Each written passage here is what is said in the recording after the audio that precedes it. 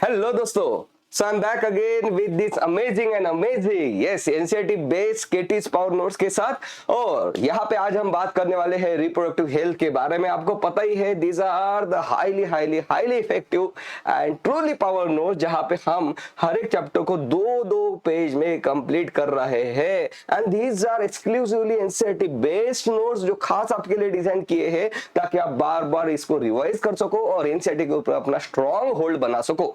सही बात है। Okay, so let's start with this chapter reproductive health. Okay fine.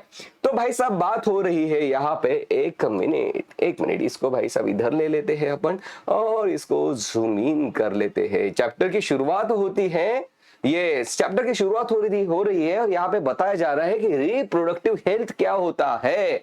तो सबसे पहले हेल्थ मतलब क्या, किसी पर्सन को हम हेल्दी कब कहते हैं। तो डब्ल्यूएचओ की डेफिनेशन क्या है हेल्थ को लेके, इट इज द फिजिकल।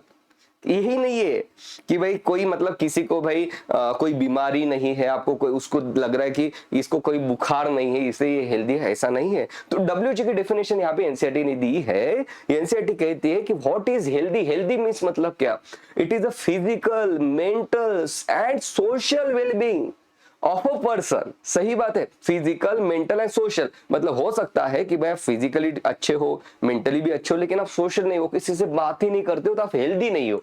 ये बात हो रही है। सो वेरी वेरी इंपॉर्टेंट, क्योंकि एमसीक्यू में ये पॉइंट कवर होता है, इवन हायर एग्जाम्स में भी इसके ऊपर एमसीक्यू आता है बेटा। तो हम कह रहे हैं यहाँ पे, अब रिप्रोडक्टिव हेल्थ की बात कर रहे हैं। It is a total wellbeing of all aspect, that is emotional, behavioural, social. से फिजिकल तो है ही, and therefore society with the people having physically and, मतलब यहाँ पे ये बात हो रही है कि भाई ये तो सेंटेंस एक्स्ट्रा यहाँ पे कट हो गया है, इसको रिमूव कर देंगे अपन। So what is reproductive health means total well being of a person in physical point of view, mental point of view, social point of view, emotional point of view, every point of view. सही बात है ना।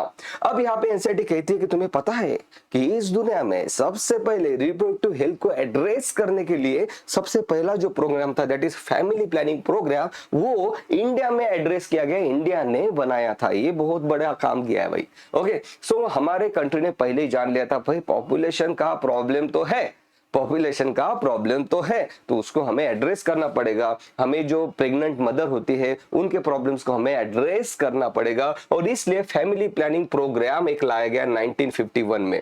Right, अभी जो programme है इसमें family planning programme में कई सारे बदलाव किए गए, and under this family planning program एक प्रोग्राम जो काफी पॉपुलर है इंडिया में, जो कई सालों से चल रहा है, दैट इज आरसीएच प्रोग्राम। इसका लॉन्ग फॉर्म पूछा जाता है, that is reproductive and child health care program. यहाँ पे ये बातें होती है कि किस तरीके से हम बच्चे जो होंगे, नई न्यू बॉर्न जो होंगे, उनको अच्छे से हेल्थ केयर किस तरीके से प्रोवाइड करेंगे, उसके लिए हमारा क्या अप्रोच रहेगा। मान लो उसकी तबीयत ठीक नहीं होती तो उसको कहाँ पे रेफर किया जाएगा, उसको जो इंजेक्शन मिलेंगे वो कौन से चैनल के थ्रू उसको मिले, सब कुछ चीजें इसमें इस प्रोग्राम्स में डिफाइन की रहती है। ऐसे प्रोग्राम्स रहते हैं। सो आरसीएस प्रोग्राम बहुत इंपॉर्टेंट प्रोग्राम है बेटा। It is a reproductive and child health care program. जब आप एमबीबीएस में आते हो तो इसको बहुत डिटेल में आप पढ़ते हो, और डिटेल में पढ़ते हो इसके ऊपर मतलब बड़े बड़े लॉन्ग क्वेश्चंस इसके ऊपर आते हैं। सही बात है ना। Let's talk about reproductive health problem and strategies. ये तो यहां तक तो हम आगे। Now let's talk about amniocentesis. अब एमनियोसेंटेसिस क्या होता है बेटा, देखो एमनियोसेंटेसिस में क्या करते हैं।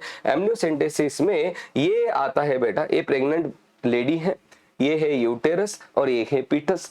अब एमनियोसेंटेसिस में क्या करता है, ये है एमनियोटिक फ्लूइड जो बेबी के अराउंड है, इसको भाई बाहर निकाल लेते हैं सिरिंज से, और उसको फिर आप स्टडी कर सकते हैं। फिर उसके आप माइक्रोस्कोपिक स्टडी करोगे और बायोकेमिकल स्टडी करोगे, और आपको ये पता चल जाएगा कि ये जो बेबी डेवलप हो रहा है, क्या इसको डाउन सिंड्रोम है, क्या इसको हीमोफीलिया है, ये सब चीजें आपको पता चल जाएगी। सही बात है। तो ये तो अच्छे, आप कहोगे कि यार ये तो बढ़िया बात है, क्योंकि अगर अर्ली स्टेज में ही अगर हम डिटेक्ट कर सके तो डाउन सिंड्रोम अगर किसी को, तो हम तो उसको अवॉइड कर देंगे, तो ये तो अच्छी बात है। लेकिन प्रॉब्लम क्या हुआ, इसका प्रॉब्लम ये हुआ बेटा कि देखो इसका प्रॉब्लम ये हुआ कि लोग इसको सेक्स डिटरमाइन करने के लिए यूज करने लगे as a sex determination tool, कि भाई अगर मेल बेबी है तो उसको फिर कंटिन्यू करते थे प्रेगनेंसी, फीमेल बेबी है तो प्रेगनेंसी को डिसकंटिन्यू कर देते थे। इसलिए ये अच्छी टेस्ट थी, हालांकि कुछ उसमें प्रॉब्लम्स तो थे, लेकिन इसको फिर बैन कर दिया गया, बहुत सारे कंट्रीज में इसको बैन कर दिया गया। So in amniocentesis some of the amniotic fluid of developing foetal is taken to analyse the foetal cells and dissolve substances. इससे आपको ये पता चल जाएगा कि क्या बेबी को यहाँ पे डाउन सिंड्रोम है, क्या बेबी को हीमोफीलिया है, क्या बेबी को सिकल सेल एनीमिया है। मतलब बेसिकली जेनेटिक डिसऑर्डर जानने के लिए इस पर्टिकुलर टेस्ट का आप यूज करते हो। अब मैं यहाँ पे एक एमसीक्यू बनाता हूँ आपके लिए, आपको ये पूछा जाएगा कि एमनियोसेंटेसिस के through which of the following disease can not be detected by amniocentesis. आप कहोगे कि ये तीनों डिटेक्ट कर सकते हो, चौथा जो रहेगा उसको डिटेक्ट नहीं कर सकते। जैसे कि मान लो किसी पॉलीडेक्टेली है, मान लो ऋतिक रोशन है, उसको भाई 11 फिंगर से, सही बात है। मान लो ये फीटस डेवलप हो रहा है, उसको 11 फिंगर है, कि क्या वो एमनियोसेंटेसिस में पता चलेगा? नहीं, वो नहीं पता चलेगा। इसमें जीनेटिक डिसऑर्डर पता चलते हैं, कुछ कुछ मलफॉर्मेटिव डिसऑर्डर होते हैं, जैसे कि क्लेफ्ट लिप, आपने देखा होगा किसी का अपर लिप जो रहता है फटा हुआ रहता है ना।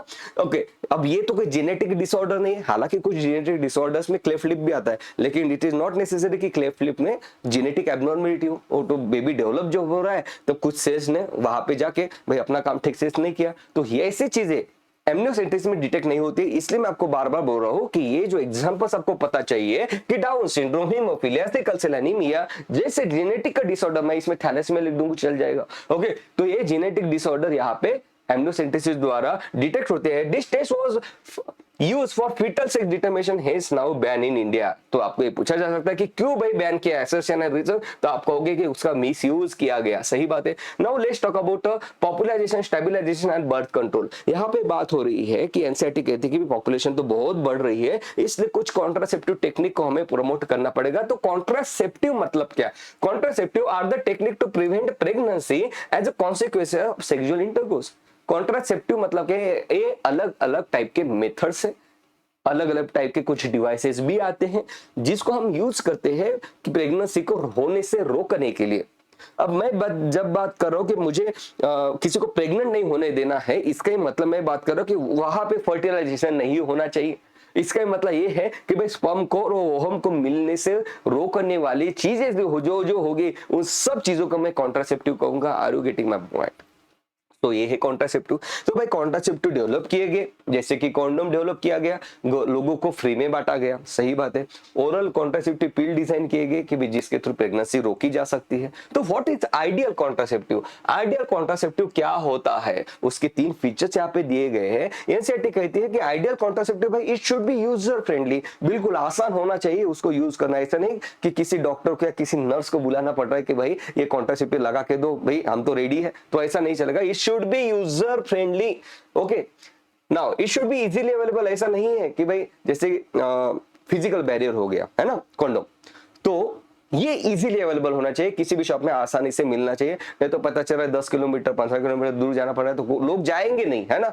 तो it should be easily available, it should be effective होना चाहिए, उसमें मतलब फेलियर के चांसेस कम होने चाहिए। इट शुड बी रिवर्सिबल, ये बहुत इंपॉर्टेंट है, नहीं तो लोग उसको यूज ही नहीं करेंगे। आप बोलोगे कि भाई इसको लगा लो, फिर आप जिंदगी में कभी प्रेगनेंसी नहीं, मतलब कभी भी प्रेग्नेंट नहीं हो पाओगे, तो कौन यूज करेगा उसको? भाई लोगों को बच्चे चाहिए, लेकिन लोगों को अभी नहीं चाहिए, 1 साल बाद चाहिए, 2 साल बाद चाहिए। तो अगर आप बोलोगे कि इरिवर्सिबल है तो नहीं चलेगा। इट शुड बी रिवर्सिबल, सही बात है। ये should not interfere with sexual drive, ये तो बहुत इंपॉर्टेंट पॉइंट है, नहीं तो लोग कहते हैं कि फील नहीं आ रहा उसको यूज नहीं करते हैं। तो the contraceptive should not interfere with the sexual drive, desire और the sexual act of the user, सही बात है। नाउ ये तो पॉइंट हो गए important. Now let's talk about what are the natural method of contraceptive. Natural methods कौन से हैं भाई कॉन्ट्रासेप्टिव की? चलो उसको हम देख लेते हैं। नेचुरल मेथड्स मतलब क्या? Natural method works on the principle of avoiding the chances of ovum and sperm. तो मेरी बात ध्यान से सुनो, ये यहाँ पे आ रहा है, ये जो है ये भाई साहब ये है स्पर्म, ये स्पर्म है, ये आ रहा है यहाँ पे एग की, ये रहा एग, ओके। ये दोनों जब मिल जाते हैं तो यहाँ पे बन जाता है जाइगोट, तो यहाँ पे एक जाइगोट बन जाता है। तो मुझे इन दोनों को मिलने से रोकना है, सही बात है। ये दोनों की यहाँ पे मीटिंग नहीं होनी चाहिए, मुझे कुछ ऐसा करना है, उसे हम कॉन्ट्रासेप्टिव मेजर्स कहेंगे, डिवाइसेस कहेंगे। अब एक होते हैं नेचुरल मेथड। नेचुरल मेथड मतलब क्या? Periodic abstinence. पीरियोडिक एब्स्टिनेंस मतलब क्या? तो देखो एक बात ध्यान से समझ लो कि स्पर्म ओवम के पास कहां पे जाके मिलता है, मतलब फर्टिलाइजेशन कहां पे होता है? फैलोपियन ट्यूब में होता है, सही बात है। तो ये जो फैलोपियन ट्यूब है उसमें एग कब आता है? 14th डे ऑफ ओव्यूलेशन पे आ जाता है, सही बात है। ये आ जाता है 14th डे पे ये आ जाता है 14th डे पे। सही बात है। ओके, नाउ ध्यान से सुनो। तो मैं ये चाहता हूं कि ये जो मेरा, एक मिनट यहाँ पे, तो मैं यहाँ पे ये चाहता हूं, ध्यान से सुनना, नहीं तो फिर बच्चे बोलते कि इसको याद करना पड़ रहा है, टाइम पे याद नहीं आ रहा है। याद तब करना पड़ता है जब कंसेप्ट नहीं बनते। तो कंसेप्ट को स्ट्रॉन्ग करो। हमें स्पर्म और एग को मिलने से रोकना है। दोनों कहां पे मिलने वाले? फैलोपियन ट्यूब में मिलने वाले हैं दोनों। ओके, उनकी मीटिंग फिक्स हो चुकी है कि वो फैलोपियन ट्यूब के एम्पुला में मिलने वाले हैं। कब मिलने वाले हैं? 14th डे पे मिलने वाले हैं। 14th डे ऑफ मेंस्ट्रुएशन पे वो मिलने वाले हैं। ये यहाँ पे एग आने वाला है 14th डे पे। तो आपको ये पता चल गया कि ये यहाँ पे आने वाला है। तो आप क्या करोगे अब? तो या आप क्या करोगे? आप कहोगे कि भाई स्पर्म को यहाँ पे मत आने देना 14वें दिन पे, 14th डे पे उसको मत आने देना। बिल्कुल सही बात। लेकिन 15th मतलब 14 दिन के पहले देखो, ये रहा 13वां दिन, ये रहा 12th डे और ये रहा 11th डे। सही बात है। तो यहां पे मेरी बात ध्यान से सुनो। ओके, कि वो 13 डे पे आया, फिर भी उसकी जो लाइफ स्पैन है स्पर्म का, वो है ऑन एन एवरेज 72 आवर्स, मतलब 3 दिन। ओके, तो वो एक दिन पहले आया तो भी जिंदा रहेगा, उधर से वो आ रहा है फैलोपियन ट्यूब में। तो आप कहोगे कि 13 डे पे इंटरकोर्स मत करना, स्पर्म को मत जाने देना, मेल पार्टनर को कहोगे। अगर वो 12th डे पे, 12वें दिन पे अगर इंटरकोर्स करते, आप कहोगे नहीं मत करना, क्योंकि स्पर्म जो है 3 दिन तक वायबल रहता है, जिंदा रहता है, कि यहाँ पे स्पर्म को मत बचना, नहीं तो 14वें दिन तक वो जिंदा रहेगा। सही बात है। ऐसे आप कहोगे 11 डे पे भी मत करना, 11 डे पे भी इंटरकोर्स मत करना, यहाँ पे स्पर्म को मत आने देना। अगर स्पर्म आ जाता है तो वो 3 दिन तक जिंदा रहता है। तो भाई आपके लिए सेफ क्या है? 10वें दिन तक भी। ओके, मतलब मेंस्ट्रुअल साइकिल के 10वें दिन भी अगर इंटरकोर्स किया तो स्पर्म 3 दिन के लिए जिंदा रह रहा है, मतलब 13वें दिन तक। तो हम एक दिन एक्स्ट्रा ले रहे हैं यहाँ पे, तो 14 डे पे दोनों का मीटिंग होगा यहाँ पे। तो आप कहोगे कि भाई 10वें दिन से ही भाई यहाँ पे सेक्सुअल इंटरकोर्स मत करना, नहीं तो फिर कोई फिजिकल बैरियर यूज कर लेना। सही बात है। और यहाँ पे देखो, इसके बाद 14th डे के बाद क्या क्या होगा? ये जो एग है ये 2 दिन तक जिंदा रह सकता है, for 48 hours, that is 15th day पे भी ये जिंदा है, और ये जो है भाई साहब, ये जो एग है ये 16th डे पे भी जिंदा है। सही बात है। Okay, very very important point. सो ये रहे 24 आवर, ये रहे 48 आवर। तो यहाँ पे आप एक दिन और एक्स्ट्रा ले लोगे, that is 17th day. Okay, एक दिन फॉर योर सेफ्टी, कि भाई दोनों की बिल्कुल मीटिंग नहीं होनी चाहिए। तो यहाँ पे भी एक दिन एक्स्ट्रा लिया, यहाँ पे भी एक दिन एक्स्ट्रा लिया, तो 14 डेज से 3 दिन माइनस कर लो। ओके, तो आ जाएगा 11, उसमें से एक दिन आप और एक्स्ट्रा डाल रहे हो, ताकि भाई श्योर हो जाओ आपकी दोनों की मीटिंग होगी ही नहीं। और 14th डे के बाद एग के पर्सपेक्टिव से आपने यहाँ पे 2 दिन लगा दिया, एक दिन और एक्स्ट्रा डाल दिया, कि बिल्कुल भी फर्टिलाइजेशन नहीं होना चाहिए। तो 10वें दिन से लेके 17th डे तक, from 10th to 17th day of menstruation, यहाँ पे क्या होना चाहिए? यहाँ पे couples should avoid the coitus, दोनों ने इंटरकोर्स नहीं करना चाहिए। अगर इस टाइप के मेथड को फॉलो करते हो तो उस टाइप के मेथड को कहते हैं पीरियोडिक एब्स्टिनेंस, मतलब आप एब्स्टेन कर रहे हो इंटरकोर्स करने से खुद को। लेकिन ये मतलब बेकार मेथड है। ओके, क्योंकि लोग इसको सुनते नहीं है। ओके, वो सुनते नहीं, वो कोई कैलकुलेट नहीं करता। तो ऐसी चीजें नहीं करना, और खुद भी मत करना, नहीं तो मुंह काला करके घर पे आ जाओगे। ऐसी चीजें नहीं करना है। लेकिन आपको ये पता चाहिए भाई कि 10वें दिन से लेके 17th डे तक भाई पीरियोडिक एब्स्टिनेंस करोगे तो भाई फर्टिलाइजेशन के चांसेस कम हो जाते हैं। चलो अब हम आगे बढ़ रहे हैं। Now let's talk about withdrawal of coitus interruptus. Withdrawal of coitus interruptus मतलब क्या है? यहाँ पे जो मेल पार्टनर है ये क्या करता है?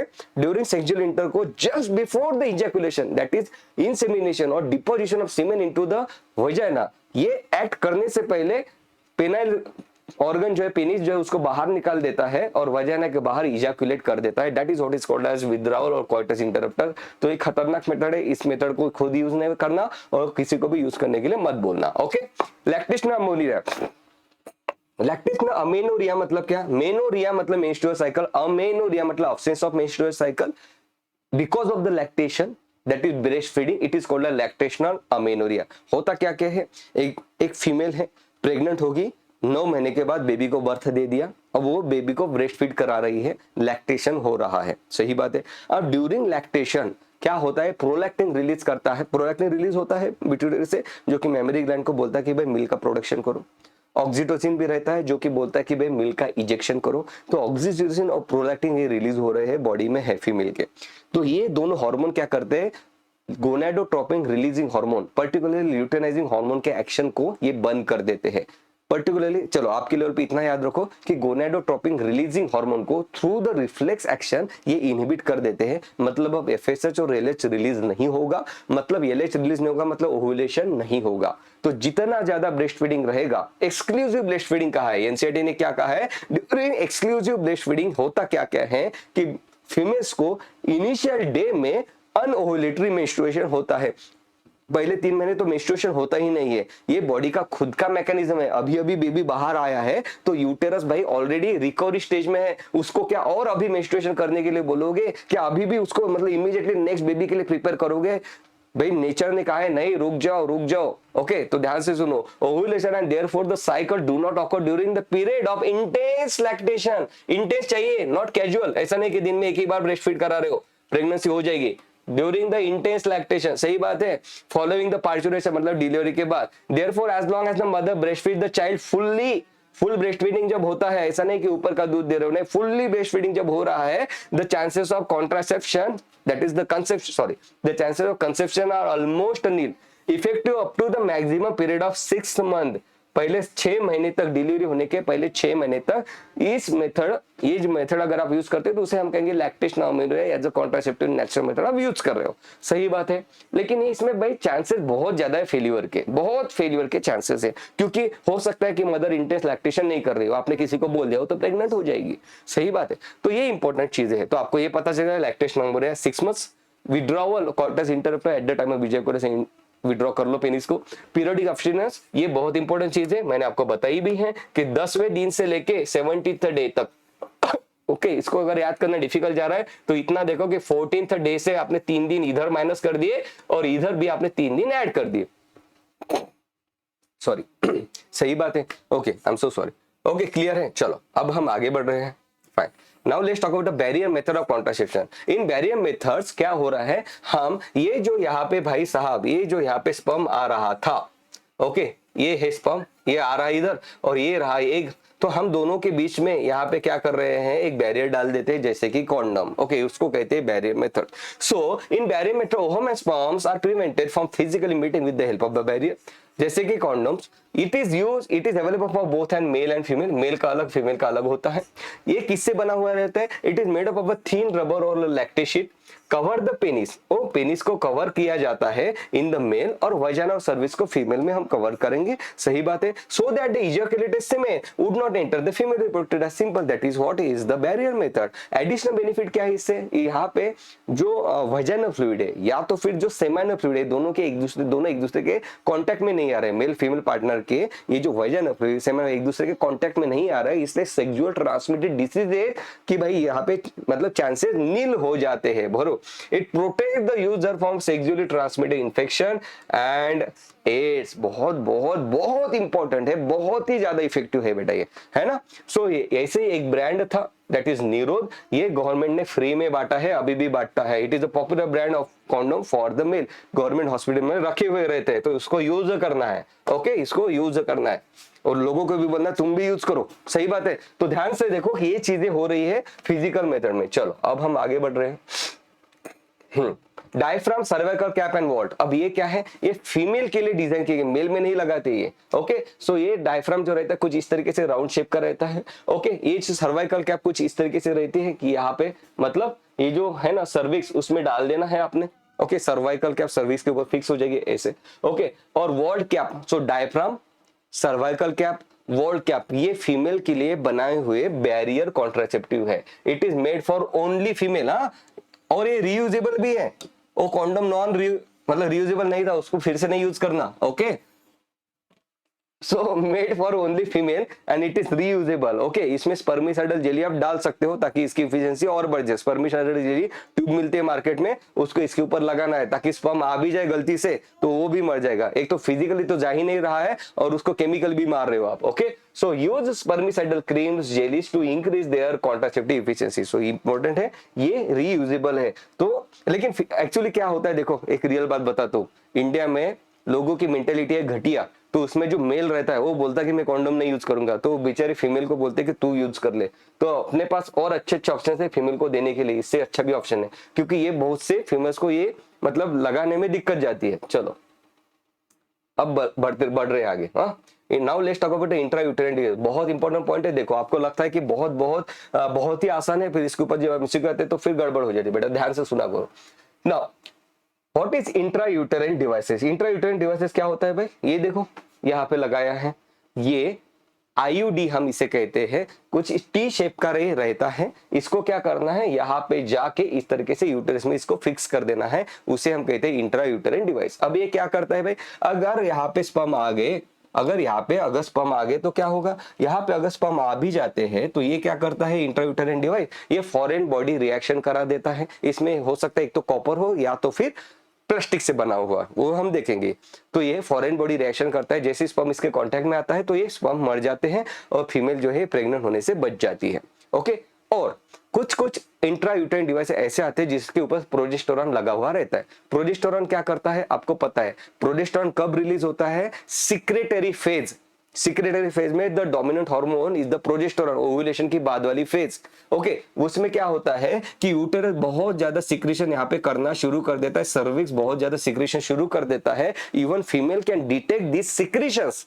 This is not the infection, this is the normal vaginal discharge, vaginal secretions. Okay, now ये क्यों हो रहा है? It is because of the progesterone. जब ये सिक्रेशन हो जाते हैं, जब ये सर्विस ठीक हो जाता है तो स्पर्म यहाँ पे इंटर नहीं कर पाता है सर्विस के थ्रू। तो दो चीजें मैंने बताई, एक तो फॉरेन बॉडी रिएक्शन, दूसरा होता है इसमें प्रोजेस्टेरॉन लगा हुआ रहता है और प्रोजेस्टेरॉन को ये रिलीज करता हुआ रहता है आईयूडी, जिसकी वजह से सर्विस ठीक रहता है। सही बात है ना। अब हम आगे बढ़ते हैं, इसको डिटेल में समझते हैं, इसको डिटेल में समझ रहे बेटा। चलो, so what are intrauterine devices? These devices are inserted by doctors or expert nurses in the uterus through vagina. सही बात है, डॉक्टर्स या नर्सेज यूज करेंगे, खुद नहीं लगाना इसने। Okay, what are the type of IUD? एक है नॉन मेडिकेटेड आईयूडी, पुराने जमाने में आता था लिपस लूप जिसे कहते थे, लिपस लूप जिसे कहते थे, इस टाइप से लिपस लूप रहता था, सिंपल स्प्रिंग जैसा। ओके, प्लास्टिक से बना हुआ रहता था। एक आता है कॉपर रिलीजिंग आईयूडी, मतलब कॉपर से बना हुआ, जैसे कि कॉपर टी, आपने नाम सुना होगा, जैसे कि कॉपर 7, जैसे कि मल्टीलोड 375। ये 375 क्या है? इस कॉपर, ये जो आईयूडी है उसका सरफेस एरिया है बेटा। ओके, सो ये इंपॉर्टेंट है। सो कॉपर टी, कॉपर 7, मल्टीलोड 375, ये कॉपर कंटेनिंग आईयूडी है। उसके बाद जो न्यू जनरेशन जो आईयूडी आए भाई, उसमें क्या किया गया, उसमें प्रोजेस्टेरॉन लगा दिया गया, जैसे प्रोजेस्टेसर्ड आईयूडी, जैसे लियोनॉर्जेस्ट्रिल 20 आईयूडी। ओके, तो ध्यान से सुनो अब होता क्या क्या है, ये क्या क्या करते हैं, what is the mechanism of action? IUD increase the phagocytosis of sperm, foreign body reaction करते हैं, स्पर्म उसके कांटेक्ट में आएगा, मर जाएगा, खत्म बात। Copper ion suppresses the sperm motility in fertilisation capacity. ये क्या कर रहा है? कॉपर आयन जो आईयूडी में है, ये स्पर्म के मोटिलिटी को इनहिबिट कर देता है। In addition to this, hormone releasing IUD क्या करता है? Hormone releasing IUD in addition make the uterus unsuitable for implantation. Uterus को अनसुटेबल करता है, इंप्लांट नहीं हो सकता, मतलब फर्टिलाइजेशन हो भी गया तो भी जाइगोट मतलब ब्लास्टुला स्टेज में इंप्लांटेशन होता है, वो इंप्लांट नहीं हो सकता है, क्योंकि ये वहां पे फॉरेन बॉडी रिएक्शन कर रहा है, प्रोजेस्टेरॉन रिलीज करके यूटेरस को अनफेवरेबल बना रहा है इंप्लांटेशन के लिए। ओके, सो इंप्लांटेशन के लिए अनफेवरेबल बनाते हैं। Cervix makes the cervix hostile to the sperm. कैसे? बाय सर्वाइकल सिक्रेशन, बहुत ज्यादा सर्विक्स में सिक्रेशन बढ़ा देता है, जिसकी वजह से उस सिक्रेशन में से स्पर्म अंदर नहीं आ सकते हैं। It is suitable for woman. Now ध्यान से सुनो, तीनों अपने मैकेनिज्म ऑफ एक्शन देख लिया, आईयूडी किस तरीके से काम करते हैं। सही, अब यहाँ पे एमसीक्यू किस तरीके से बनेगा, आपको पूछा जाएगा कि बताओ भाई, आपको दिया जाएगा 1, 2, 3 और 4 ऑप्शन, और बोला जाएगा कि इसमें से बताओ कि प्रोजेस्टेरॉन कंटेनिंग आईयूडी कौन सी है। तो आपको ऑप्शन में देखना है प्रोजेस्टेसर्ड जहां पे लिखा, लियोनॉर्जेस्ट्रिल जहां पे लिखा है। आपको बोला जाएगा कि भाई इनमें से कौन सी progesterone releasing, that is hormone releasing IUD नहीं है। तो यहाँ पे ध्यान से देखना, बच्चे यहाँ पे कंफ्यूज हो जाते हैं, उनको लगता है ये प्रोजेस्टेरॉन ही है क्या 371, नहीं, this is not the progesterone, this is the surface area of copper T. सही बात है। Okay, now it is suitable for what? It is suitable for woman who wants to delay pregnancy.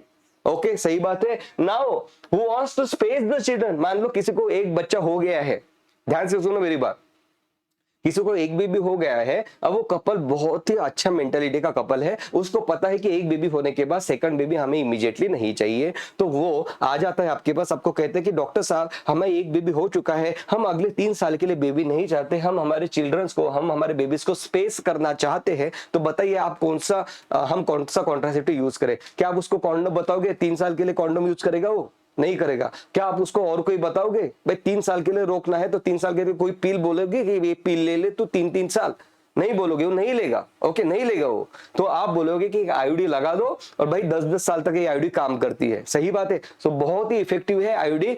नहीं पैसे तो government में जाके free में लगा देना, लेकिन इधर पॉपुलेशन मत बढ़ाना, ओके। नाउ ध्यान से बढ़ो, ध्यान से देखो, आगे बढ़ रहे अपन।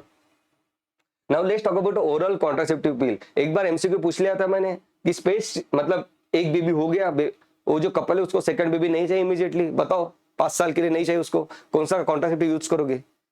ओके एक स्टूडेंट ने लिखा कमेंट सेक्शन में कि ये तो एनसीईआरटी में दिया ही नहीं, लिया है स्पेस चिल्ड्रन। अगर चिल्ड्रन को स्पेसिंग करना है, एक बेबी के बाद दूसरे बेबी में अंतर डालना है, तो आईयूडी का यूज करना है, ओके। नाउ ध्यान से सुनो, let's talk about oral contraceptive pill. Now let's talk about oral contraceptive pill. So यहाँ पे देखो, ये ऐसी पिल आती है जिसमें प्रोजेस्टेरॉन, और एक तो हो सकता है प्रोजेस्टेरॉन हो, नहीं तो प्रोजेस्टेरॉन एस्ट्रोजन कंबाइनिंग पिल भी आती है। तो ये पिल एक्चुअली काम कैसे करती है, उसके लिए हमें ये टेबल देखना जरूरी है। देखो हम इस टेबल को थोड़ा देख लेते हैं। तो देखो यहाँ पे होता क्या है, नॉर्मली क्या हो रहा है, ये है हाइपोथैलेमस, ये क्या है यहाँ पे, ये है यहाँ पे हाइपोथैलेमस, सही बात है। हाइपोथैलेमस क्या करता है, गोनाडोट्रोपिन रिलीजिंग हार्मोन सिक्रीट करता है, GnRH, जो कि पिट्यूटरी के पास जाता है, एंटीरियर पिट्यूटरी को बोलता है कि भाई गोनाड्स के ऊपर काम करने वाले हार्मोन रिलीज करो, that is follicle stimulating hormone और ल्यूटेनाइजिंग हार्मोन। तो एफएसएस रिलीज हुआ और एलएच रिलीज हुआ। होता क्या है, फॉलिकल स्टिमुलेटिंग हार्मोन फॉलिकल का फॉर्मेशन कराता है ओवरी में, उसी फॉलिकल को मैच्योर फॉलिकल को हम ग्राफिन फॉलिकल कहते हैं। तो यहाँ पे ग्राफिन फॉलिकल इसने ओवरी में जाके बना दिया।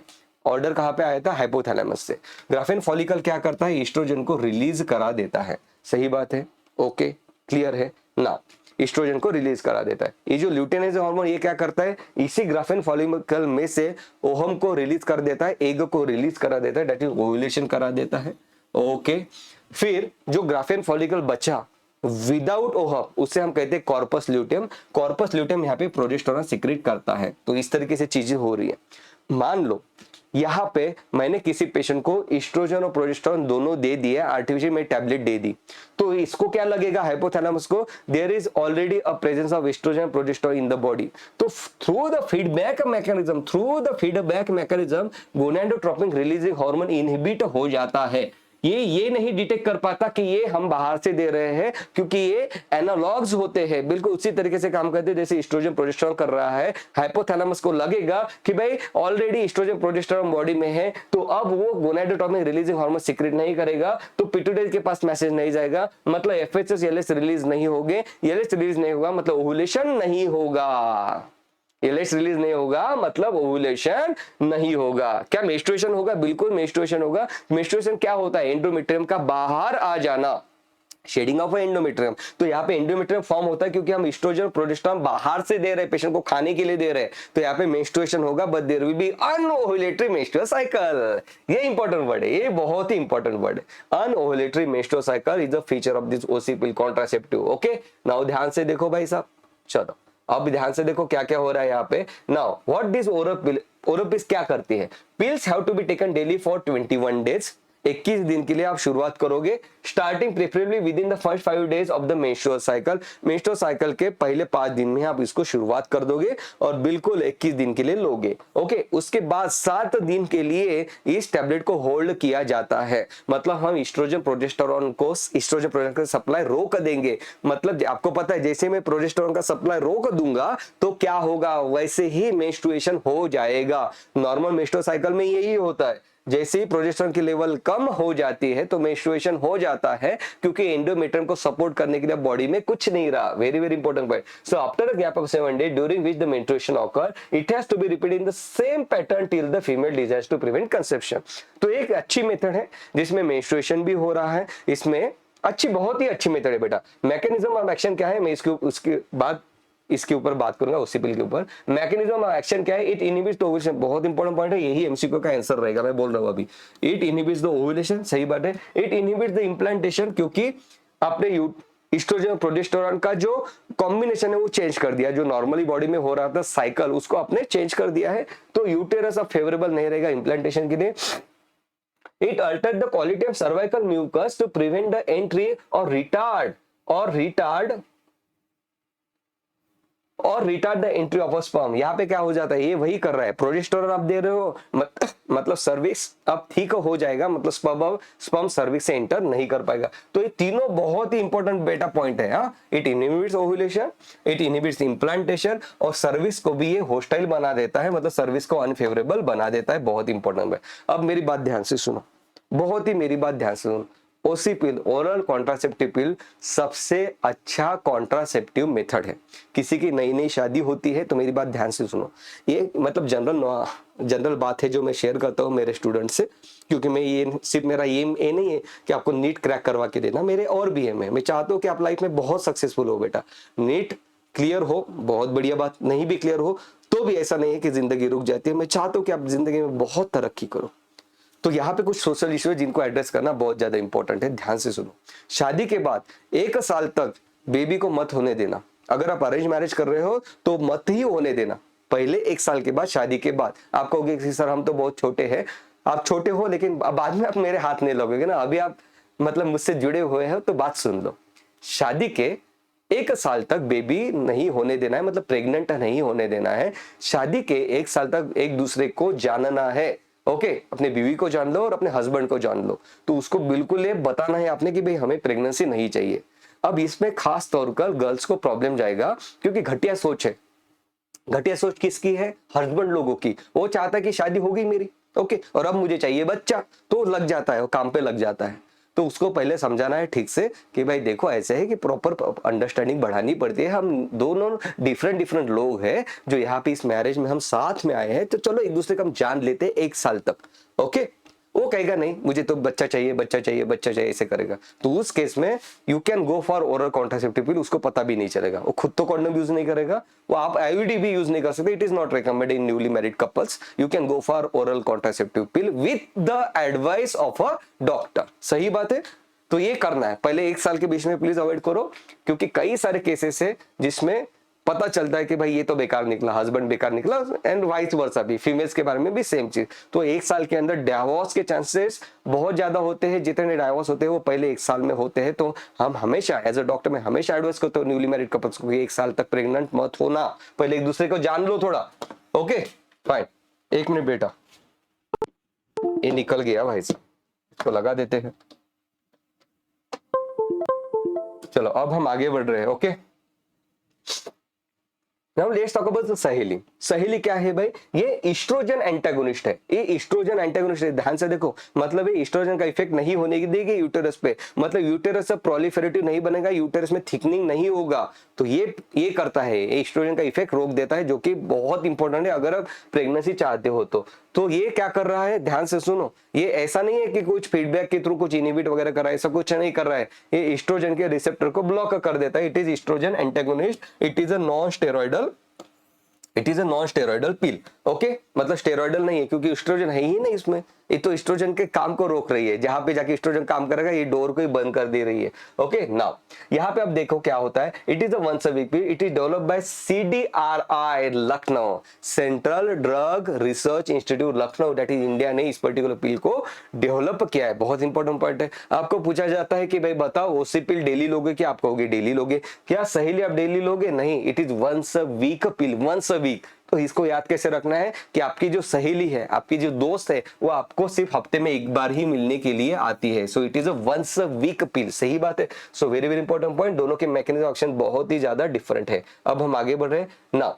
अब एक आता है कि भाई जिसको डेली डेली टैबलेट नहीं खाना, आप उसको एक एडवाइस कर सकते हो, इम्प्लांट प्रोजेस्टेरॉन से या प्रोजेस्टेरॉन एस्ट्रोजन के कॉम्बिनेशन से बने हुए कुछ इम्प्लांट्स आ जाते हैं मार्केट में, आप उसको यहाँ पे आम के अंदर लगवा दो। So progesterone alone or in combination with estrogen can also be used by females as injection or implants under the skin. अब ये यहाँ पे क्या होगा, mode of action is similar to that of pill, क्योंकि अल्टीमेटली बॉडी में oestrogen ही जा रहा है, प्रोजेस्टेरोन भी उसी तरीके से जा रहा है, सिर्फ मैकेनिज्म ऑफ डिलीवरी डिफरेंट है ना। डिलीवरी मतलब ड्रग किस तरीके किस रूट से अंदर जा रहा है वो चेंज हो गया। ओरल कॉन्ट्रासेप्टिव पिल ने अपने एस्ट्रोजन प्रोजेस्टेरोन अपने माउथ से डाल दिया। यहाँ पे आप क्या करते हो, छोटा सा आता है बेटा, मतलब एकदम छोटा सा इस तरीके से स्टिक जैसा रहता है जो इसके अंदर डाल देते हैं आप। It is effective, periods are much longer, बहुत मतलब क्योंकि आपने इम्प्लांट डाल दिया, प्रोजेस्टेरोन एस्ट्रोजन रिलीज करते हो रहेगा। इसको कौन यूज करता है पता है? इसमें जो आपने देखा होगा पॉर्न एक्टर्स जो रहते हैं वो इसको यूज करते हैं इम्प्लांट्स अंडर द स्किन। आप बोलोगे कि क्यों? इसको इसलिए यूज करते हैं क्योंकि जैसे अगर उन्होंने इंट्रायूटेराइन डिवाइस अगर यूज कर दिया तो मल्टीपल पार्टनर्स में इंट्रायूटेराइन डिवाइस काम नहीं करता है, वो निकल जाता है। अनदर थिंग, इंट्रायूटेराइन डिवाइस के जो थ्रेड रहते हैं वो दिखाई भी देते हैं बाहर, हल्के से वाजाइनल रीजन में दिखाई भी देते हैं, तो वो लोग इसको यूज नहीं करते। ओरल कॉन्ट्रासेप्टिव को वो जो रहते हैं पॉन्स्टा वो यूज नहीं करते। क्यों नहीं यूज करते? इसलिए यूज नहीं करते क्योंकि ओरल कॉन्ट्रासेप्टिव पिल से हल्की सी ओबेसिटी बढ़ जाती है। ओके, बहुत कम चांसेस है लेकिन हल्की से बढ़ जाती है, तो वो लोग रिस्क नहीं लेना चाहते, वो नहीं यूज करते। तो better they go with this implants under the skin. इससे मतलब चांसेस कम रहते हैं बेटा। ओके, वो आपके सिलेबस में नहीं है, थोड़ा जनरल नॉलेज के लिए मैं बता रहा हूँ ताकि चीजें आपके याद रहे। हाँ, इम्प्लांट के बारे में ऐसे बताया था, ओसी पिल के बारे में ऐसे बताया था, इस तरीके से। सही बात है। Now let's talk about emergency contraceptive. मान लो आपने मुंह काला कर दिया। Okay, measure that can be used as emergency contraceptive. Okay, मान लो आपने मुंह काला कर दिया, अनप्रोटेक्टेड इंटरकोर्स कर लिया, अनप्रोटेक्टेड इंटरकोर्स कर लिया। ये जो मैं बोल रहा हूँ ना, मुंह काला कर लिया, मुंह काला कर लिया, मेरा ये बोलना है कि भाई प्रेगनेंसी ये गलत चीज नहीं, बहुत इंपॉर्टेंट चीज है, बहुत अच्छी चीज है, भगवान का दिया हुआ वरदान है, लेकिन वो आपके टर्म्स और कंडीशन पे ही आपके लाइफ में वो चीज आनी चाहिए। आई रिपीट, आपके लाइफ में जब बेबी आता है तो वो आपके टर्म्स एंड कंडीशन पे आना चाहिए। ऐसा नहीं है कि एक्सीडेंटली प्रेग्नेंट हो गए, ओके, फिर लेने के देने पड़ जाते हैं। तो ऐसे केस में इमरजेंसी कॉन्ट्रासेप्टिव अपने पास है। इमरजेंसी कॉन्ट्रासेप्टिव क्या है? ये अनप्रोटेक्टेड सेक्सुअल इंटरकोर्स के विद इन 72 आवर्स लेने पड़ते हैं। ओके, सही बात है। तो कौन से लोग? प्रोजेस्टेरोन की पील आती है, खुद जाके नहीं लेना है, डॉक्टर को कंसल्ट करके ही लेना है। ओके, प्रोजेस्टेरोन की पील आती है। जैसे आपने प्रोजेस्टेरोन ले लिया तो क्या होगा? आपके हार्मोन साइकिल को डिस्टर्ब कर दिया जाएगा, मेंस्ट्रुएशन हो जाएगा। मेंस्ट्रुएशन हो जाएगा मतलब जो इंप्लांटेशन हो ही नहीं पाएगा। ओके, प्रोजेस्टेरोन ईस्ट्रोजन पिल कॉम्बिनेशन में भी आती है, उसी तरीके से काम करेगी। Okay, intrauterine devices, intrauterine device आप लगा दोगे, कोई आता है आपको कहता है कि भाई कल ही मैंने अनप्रोटेक्टेड इंटरकोर्स किया है, you can ask them to go for intrauterine device. आप कहोगे कि ये क्या करेगा भाई? अब तो स्पर्म जा चुका है अंदर ऑलरेडी, अब ये क्या करेगा? ये यूटेरस को इरिटेट करता है, जिसके वजह से इंप्लांटेशन नहीं हो पाता है। क्योंकि इंट्रायूटेराइन डिवाइस में आप प्रोजेस्टेरोन कंटेनिंग इंट्रायूटेराइन डिवाइस लगाओगे, कॉपर कंटेनिंग लगाए तो भी चलेगा, क्योंकि ये यूटेरस में इरिटेशन करता है अंदर से, जिसके वजह से अंदर अगर फर्टिलाइजेशन भी हो चुका है ऑलरेडी तो वो इंप्लांट नहीं हो पाएगा। It is used to avoid possible pregnancy due to rape की वजह से। अगर कोई आता है जिसमें रेप हुआ तो you can go either of this option, और कैजुअल अनप्रोटेक्टेड इंटरकोर्स। ये रेगुलर बेसिस के लिए नहीं है, खुद होके इसको लेना नहीं है। इसको लेने के बाद हार्मोन साइकिल डिस्टर्ब होती है, प्रॉपर कंसल्ट करके चीजें लेनी है, इसको बार बार लेना नहीं है। Okay, measure that can be use, emergency के लिए ये चीजें डिफाइन की गई है। अगर मैंने यहाँ पे लिख दिया सहेली, तो क्या सहेली इज अ इमरजेंसी कॉन्ट्रासेप्टिव पिल? आप कहोगे नहीं सर, सहेली इज नॉट इमरजेंसी कॉन्ट्रासेप्टिव। ये तीनों है इमरजेंसी कॉन्ट्रासेप्टिव। इस तरीके से इसके ऊपर एमसीक्यू बनते हैं, आगे बढ़ रहे हैं। What are the side effect of a contraceptive measure? सभी पॉइंट्स को सभी पॉइंट्स को कवर किया जा रहा है इस पावर नोट्स में। What are the side effects of contraceptive? Nausea, abdominal pain, ये कुछ लोगों में होते हैं। Breakthrough bleeding, breakthrough bleeding मतलब हल्की हल्की वजाइनल ब्लीडिंग, दैट इज हम स्पॉटिंग भी कहते हैं उसे, breakthrough bleeding. Irregular menstrual bleeding, क्योंकि आप हार्मोन्स के साथ इंटरफियर कर रहे हो तो कभी कभी इरेगुलर मेंस्ट्रुअल ब्लीडिंग होती है। ब्रेस्ट कैंसर भी यहाँ पे होता है क्योंकि ईस्ट्रोजन दिया जा रहा है। सही बात है, लेकिन इसके चांसेस बहुत कम है। अगर एमसीक्यू पूछा गया तो देखो एमसीक्यू का आंसर क्या क्या रहेगा? ब्रेक थ्रू ब्लीडिंग और ब्रेस्ट कैंसर, इन दोनों में से कोई एक आंसर रह सकता है, क्योंकि इसके ऊपर एमसीक्यू बनता है। बाकी तो जनरल हो गए यार। ओके, सही बात है। चलो आगे बढ़ रहे हैं हम नाउ। अब देखो अपना तो चैप्टर कंप्लीट होते हुए आ रहा है। Let's talk about sterilization. Sterilization क्या है भाई? Sterilization also called as surgical method और स्टरलाइजेशन ये क्या है? They are generally advice for the male and female partner as a terminal method to prevent any more pregnancy. ये आप खत्म ही कर रहे हो किस्सा कि अब तो प्रेगनेंसी होनी ही नहीं चाहिए। Sterilization procedure in the male is called as vasectomy. Vasectomy मतलब क्या करेगा? वैसेक्टोमी में देखो, वैसेक्टोमी में क्या करोगे? वैज डिफरेंस को यहाँ पे कट करके आप लाइगेट कर दोगे, तो यहाँ पे स्पर्म भाई इसके बाद ऊपर आ ही नहीं पाएगा। जो स्पर्म जमा होंगे नेक्रोसिस के थ्रू मर जाएंगे, मतलब ये जो मेल पार्टनर है फर्टिलाइजेशन नहीं कर पाएगा। Surgical intervention blocks the gamete transport and gamete transport को ब्लॉक कर देता है, thereby prevents the conception. सही बात है। ओके, नाउ अब वैसेक्टोमी मतलब क्या? ये अभी जो हमने देखी वैज डिफरेंस को हम कट कर देते। ट्यूबेक्टोमी मतलब क्या? फैलोपियन ट्यूब को हम कट कर देंगे। ये देखो फैलोपियन ट्यूब को यहाँ पे कट कर देंगे। जानबूझ के डायग्राम इस नोट्स में डाला गया है ताकि आपको एनसीईआरटी ओपन करने की जरूरत भी ना पड़े। सही बात है। तो ट्यूबेक्टमी फैलोपियन ट्यूब को ब्लॉक करना, वैसेक्टमी वैसे डिफरेंस को ब्लॉक करना, कोई प्रॉब्लम नहीं है, बहुत ही सिंपल सी चीज है। This techniques are highly effective, बहुत ही ज्यादा इफेक्टिव है, क्योंकि आपने यहाँ पे गमेट्स को ही रोक दिया आने से, बट दे रिवर्सिबिलिटी बहुत पुअर है, इसको मतलब इसको इरिवर्सिबल ही माना जाता है। ओके सही बात है। Now let's talk about medical termination of pregnancy. मान लो इमरजेंसी कॉन्ट्रासेप्टिव भी यूज नहीं किया, आपको पता ही नहीं है कि आप प्रेग्नेंट हो, मान लो 1-2 महीने के बाद थोड़ा पेट फूला हुआ दिख रहा है, in that case you can go for medical termination of pregnancy. What is medical termination of pregnancy? Intervention और voluntary termination of a pregnancy before full term is called as medical termination. कई सारे बेटा girls आती है हमारे पास, कई सारी लड़कियां ओके अनप्रोटेक्टेड इंटरकोर्स कर रही है, बाद में आ जाती है 1 महीने के बाद, सर मेरा एमटीपी करवा दो, ये चीजें हो रही है। ओके तो it is a medical termination of pregnancy और इंड्यूस एबॉर्शन, हम एबॉर्शन को इंड्यूस कर रहे हैं इसमें। ओके गवर्नमेंट ऑफ इंडिया ने 1971 में इस पर्टिकुलर प्रोसेस को लीगलाइज कर दिया कि भाई जाओ, तुमने मुंह काला किया या इमरजेंसी कॉन्ट्रासेप्टिव भी नहीं यूज किया, तुम्हारे फ्री में न्यूरोन रखे थे वो भी नहीं यूज किया, आईयूडी फ्री में मिलते उसको भी नहीं यूज किया, अब चलो अभी एटलीस्ट ये तो कर लो, उसको एबॉर्ट करा लो, आप पॉपुलेशन मत बढ़ाओ, ये कह रहे हैं यहाँ पे गवर्नमेंट ऑफ इंडिया।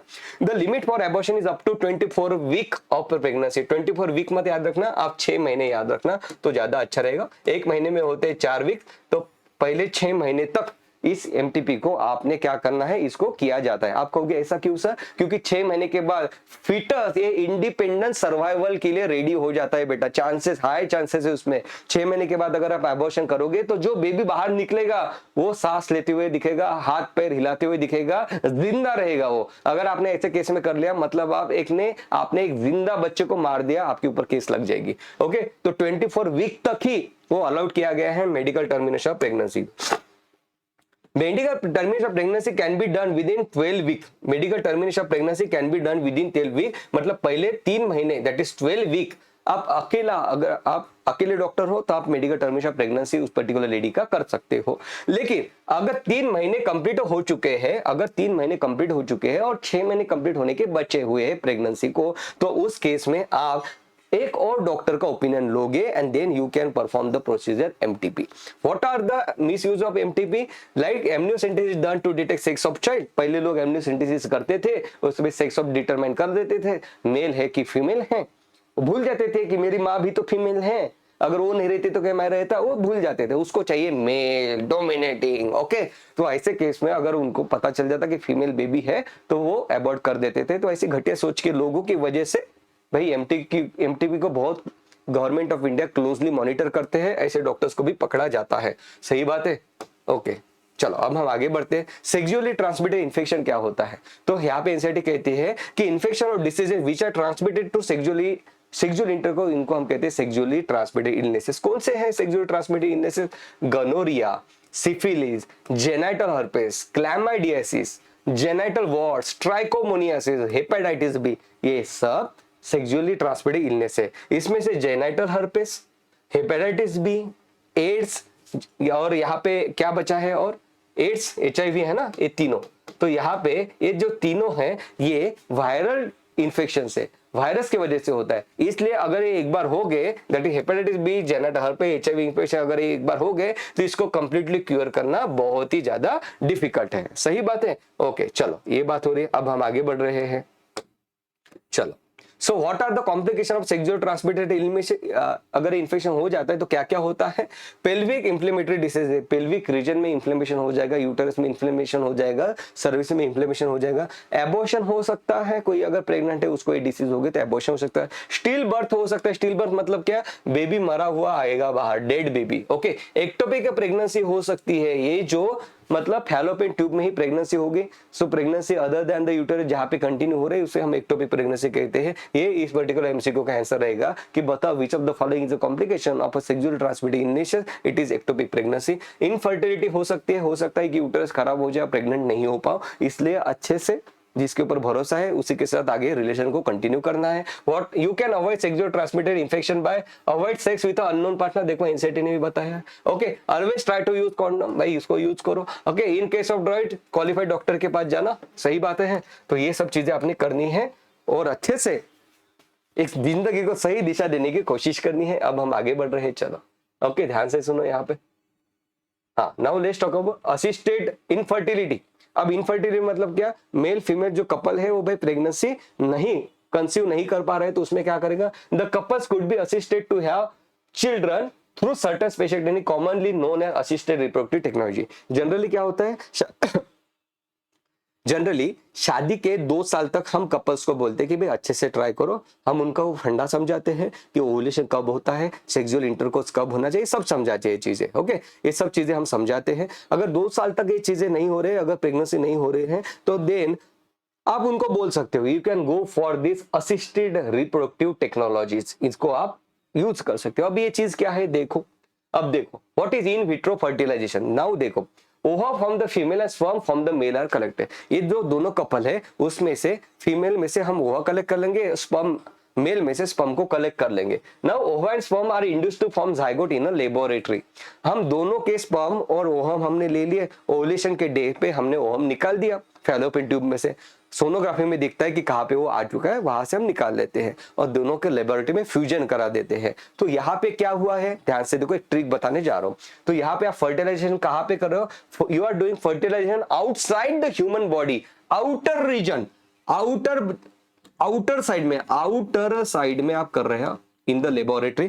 तो what is outer, outer means in vitro. Vitro में क्या है, आर भी है, ओ भी है। सो इन विट्रो, आउटर मतलब इन विट्रो, बच्चे इसमें कंफ्यूज हो जाते हैं। इन विट्रो मतलब क्या, इन वाइवो मतलब है in vitro, outer side of the human body. आप फर्टिलाइजेशन कर रहे हो यहाँ पे, क्योंकि नेचुरली फर्टिलाइजेशन नहीं हो रहा है तो आप लैब में करवा रहे हो, फिर आप जाइगोट बना दोगे लैब में। जाइगोट बना दोगे तो आपको पता है जब जाइगोट बन जाता है तो भाई क्या होता है, उसमें क्लीवेज होता है, ब्लास्टोमियर बन जाता है। अगर ये जो जाइगोट बना यहाँ पे, ये जो जाइगोट यहाँ पे बन रहा है, ये आपने जाइगोट बना दिया यहाँ पे, ये देखो जाइगोट बन गया, इसमें अब क्लीवेज होगा, ब्लास्टोमियर होगा, इस तरीके से है। ओके, नाउ अगर ये जो ब्लास्टोमियर है उसमें 8 सेल है, it is a zygote with 8 blastomere, तो ऐसे जाइगोट को जो लैब में है अभी आपके पास, आप उसको फैलोपियन ट्यूब में ट्रांसफर कर दोगे। ओके, सही बात है। और इस टाइप के ट्रांसपोर्ट को आप कहोगे zygote intra fallopian tube transport, zip, zygote intra fallopian tube transport, zip कहोगे आप, सही बात है। ओके, नाउ अगर मान लो आपके पास और एक ऑप्शन है कि लैब में और ग्रो होने दो, मान लो 8 ब्लास्टोमियर के, मान लो 16 ब्लास्टोमियर हो गए। ओके, तो ऐसे अगर ब्लास्टोमियर आपके पास, ऐसा जाइगोट आपके पास है जिसमें 16 ब्लास्टोमियर्स है। ओके, मतलब आपने क्या किया, अब मोरूला स्टेज में ही है वो। ओके, 16 ब्लास्टो, 8 to 16 को हम मोरूला स्टेज कहते हैं। तो ऐसे इसको आप डायरेक्ट यूटेरस में ट्रांसफर करोगे, डायरेक्ट यूटेरस में, और इस टाइप के ट्रांसफर को आप कहोगे इंट्रा यूटेरिन ट्रांसफर, IUT, सही बात है। ओके, तो ध्यान से देखो, इसके ऊपर एमसीक्यू आता है कि 8 सेल मतलब जाइगोट है जिसके पास 8 ब्लास्टोमियर है, तो बताओ कहाँ पे ट्रांसफर करोगे, फैलोपियन ट्यूब में। अगर ज्यादा ब्लास्टोमियर है तो यूटेरस में ट्रांसफर कर दो, सही बात है। ओके, चीजों को समझोगे बेटा तो आसानी जाएगी, एग्जाम में आराम से रिकॉल कर पाओगे, सही बात है। ओके, तो आपको यहाँ पे पता चल गया हम किस तरीके से करते हैं। देखो यहाँ पे एग को निकाला जाता है, हमने यहाँ पे एग को निकाल लिया, एग को निकाल देते हैं, यहाँ पे स्पर्म और एग का फर्टिलाइजेशन कर दिया, जाइगोट बन गया, जाइगोट को यहाँ पे हम इम्प्लांट कर देते हैं, दैट इज जिप्ट। ओके, नाउ अब इसके ऊपर हम आते हैं, लेकिन एक बार थोड़ा हम इसके थोड़ा आगे बढ़ते हैं, फिर इस पॉइंट के ऊपर आएंगे इन वाइवो फर्टिलाइजेशन के ऊपर। ना ध्यान से सुनो, what is GIFT. GIFT is a gamete intra fallopian tube transfer. मान लो कोई फीमेल है, उसका यूटेरस अच्छा है, उसका फैलोपियन ट्यूब अच्छा है, उसका सब कुछ अच्छा है, लेकिन मान लो उसको पॉलीसिस्टिक ओवेरियन डिसीज है जिसमें भाई ओवुलेशन में दिक्कत आ जाती है। मतलब उसमें क्या हो रहा है कि एग नहीं बन रहा है, ओहम नहीं बन रहा है। उस केस में क्या करोगे आप, कोई हेल्दी डोनर दूसरी फीमेल लोगे, उसका ओहम लोगे आप। ओके, उसका ओहम लोगे और उसके ओहम को फैलोपियन ट्यूब में डाल दोगे और हस्बैंड को बोलोगे कि अब तुम जाके इंटरकोर्स करो। So that is what is called as gamete intra fallopian tube transport, जहां पे आपने गमेट किसी हेल्दी डोनर से लिया, हेल्दी फीमेल से लिया और उसको ट्रांसफर कर दिया। Ovum collected from the donor is transferred into fallopian tube of another female who can not produce the gamete that is egg but can provide suitable environment for fertilization. इस type के technique को हम कहेंगे gamete intra fallopian tube transfer. Gamete को कहां पे transfer किया, fallopian tube में। क्यों ट्रांसफर किया, क्योंकि वो खुद गमेट नहीं बना पा रहे थे, खुद एग नहीं बना पा रहे थे, तो आपने किसी हेल्दी फीमेल से एग लेके आए आप। That is what is called as GIFT. एक आता है intracytoplasmic sperm injection. Okay, it is called as intracytoplasmic sperm injection. मान लो कि जो स्पर्म है, ये जो मेल पार्टनर है उसके स्पर्म डिफेक्टिव है, ओके, वो जो आता है, एग तो नॉर्मल बन रहा है फीमेल पार्टनर ने, लेकिन स्पर्म फर्टिलाइज नहीं कर पा रहा है, तो क्या करोगे आप क्या करोगे, एग को बाहर निकालोगे, ओके, और स्पर्म को हेल्प करोगे उस एग को फर्टिलाइज करने में। It is called as intracytoplasmic sperm injection. मतलब एग जो है, जो ओहम जो है, उसके साइटोप्लाज्म में स्पर्म को आप इंजेक्शन के थ्रू डाल देते हो। It is called as ICSI, इसका लॉन्ग फॉर्म पूछा जाता है, इंट्रासाइटोप्लाज्मिक स्पर्म इंजेक्शन। सही बात है, इसके लॉन्ग फॉर्म पूछे जाते हैं। Now what is artificial insemination? जैसे शाहरुख का तीसरा बच्चा हुआ, जैसे करण जौहर का बच्चा हुआ, मुझे लगता है एकता कपूर का भी हुआ है, उसमें क्या होता है, देखो पर्टिकुलर दोनों का एग्जांपल लेते हैं, करण जौहर शाहरुख खान का। अब इन्होंने क्या किया, आर्टिफिशियल इंसेमिनेशन किया। आर्टिफिशियल इंसेमिनेशन मतलब क्या, देखो, in this technique the semen is collected from either of the husband और हेल्दी डोनर। सही बात है, वहां से हमने स्पर्म ले लिया इन दोनों से, और अब हम क्या करेंगे, फीमेल के इसमें, ओके, करण जौहर की तो वाइफ है नहीं, तो उसने किसी फीमेल को हायर किया, सरोगेट मदर कहते हैं उसको, और उसके इसमें अपने स्पर्म डाल दिए, ओके, अब वो प्रेग्नेंट हो गई, उसको बच्चा हो गया, ये कह रहा कि वो बच्चा मेरा है, तो उसने उसको बच्चा दे दिया, लीगल कॉन्ट्रैक्ट होता है, ओके, सही बात है। सो यहाँ पे हम स्पर्म कलेक्ट करते हैं फ्रॉम द हस्बैंड और हेल्दी डोनर, एंड उसको फिर आर्टिफिशियल इंट्रोड्यूस कर देते हैं वजाना में। Artificial insemination use in cases where male partner is unable to inseminate the female और have a very low sperm count in the ejaculate. यहाँ पे हम इस केस में भी, ये तो केस में हमने यूज कर लिया, लेकिन मान दो कोई और केस में जिसमें जो क्या हो रहा है कि सीमेन का काउंट कम है बेटा, ओके, हमने क्या कहा था, 60% को और 40% का रूल लगाया था ह्यूमन रिप्रोडक्शन में, उसको आपने याद करना है, हमने क्या क्या उसमें याद की थी। हमने कहा था कि 60% के पास नॉर्मल मॉर्फोलॉजी होनी चाहिए, 40% के पास विगरस मोटिलिटी होनी चाहिए, ये क्राइटेरिया हमने देखा था।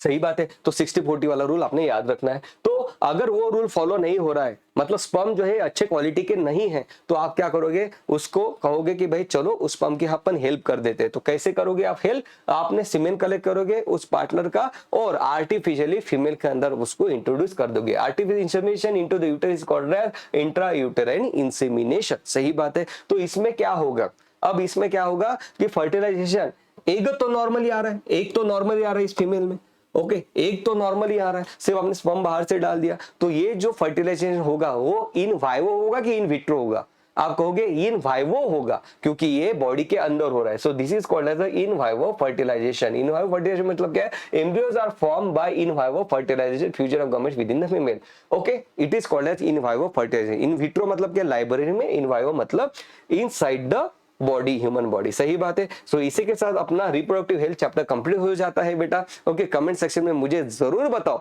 If you are finding this tutorial helpful. Comment section में अपनी अटेंडेंस जरूर लगाना है, क्योंकि हमें नीट को इस बार तो फोड़ना है। That was all about this, जल्दी मिलते हैं, love you, take care, bye bye दोस्तों, चलो ऑल द बेस्ट भाई।